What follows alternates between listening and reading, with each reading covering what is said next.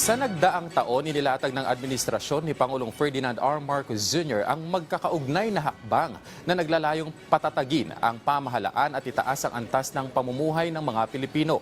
Mula sa iba't ibang sektor, nangingibabaw ang pamumunong may pananagutan at malinaw na direksyon. Narito ang report. Isang taong puno ng mahahalagang hakbang sa diplomasya, reforma at paglaban sa katiwalian. Diyan sumentro ang buong taon ng administrasyon ni Pangulong Ferdinand R. Marcos Jr. Isa sa mga pangunahing advokasya ng administrasyon ang pagsusulong ng malinis at transparent na pamahalaan, partikular sa pagtugis sa mga sangkot sa maanumalyang flood control projects. Sa kanyang ika-4 na State of the Nation Address noong July 28, mariing kinundina ng Pangulo ang katiwalian at nanawagan ng pananagutan. Sinundan ito ng personal na inspeksyon sa mga proyekto, paglulunsad ng sumbong sa Pangulo at DPWH Transparency Portal at ang pagpirma noong September 11 sa Executive No. 94 na lumikha sa Independent Commission for Infrastructure o ICI. Iniutos din ng Pangulo ang pagre-realign ng flood control budget para sa mga prioridad na programa. Aktibo rin ang Pangulo sa pamumuno sa disaster response matapos ang sunod-sunod na kalamidad, kabilang ang mga bagyong Nando, Opong, Tino at Super Typhoon Uwan, pati ang malalakas na lindol sa Cebu at Davao Oriental. Personal niyang binisita ang mga apektadong lugar at noong November 6 ay nagdeklara ng isang taong state of national calamity. Inilunsad din ang Oplan kontrabaha sa Metro Manila, Cebu at Bacolod. Sa sektor ng kalusugan, higit 1 milyong Pilipino ang nakinabang sa Zero Balance Billing Policy at pinalawak na benepisyo ng PhilHealth, katuwang ang Yakap Health Caravans at Bukas Centers.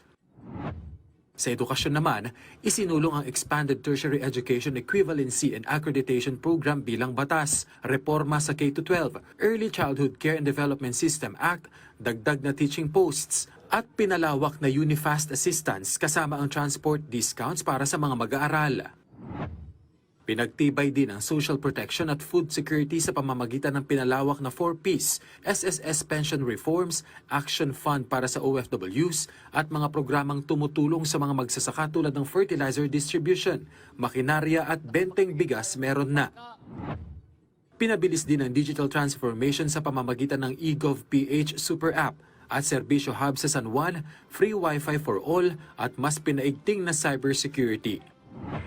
Sa infrastruktura at transportasyon naman, ipinakilos ang Dalian Trains para sa MRT-3, isinagawa ang airport upgrades at San Juanico Bridge rehabilitation at isinulong ang 100% electrification ng mga kabahayan. Dinala rin ng Pangulo at ng unang ginang ang serbisyo ng pamahalaan sa mga OFW sa pamamagitan ng OFW Serbisyo Caravan sa iba't ibang lugar sa ibang bansa. Sa usapin ng kapayapaan at kaayusan, pinalakas ang AFP at PNP. Pinaigting ang kampanya laban sa iligal na droga sa mas makataong paraan at inaprubahan ang dagdag sahod at subsistence allowance ng military at uniform personnel simula 2026. Sa larangan ng diplomasya, pinalakas ng Pangulo ang ugnayan ng Pilipinas sa pamamagitan ng mga state visit, ASEAN at APEC engagements. Opisyal ding inilunsad ang ASEAN 2026 chairship ng bansa na may temang Navigating Our Future Together na nakatuon sa kapayapaan at seguridad, kaunlaran at kapangyarihan ng mamamayan.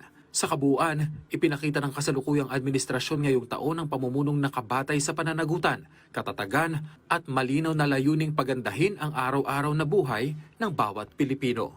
Kenneth Pasyente, para sa Pambansang TV, sa Bagong Pilipinas.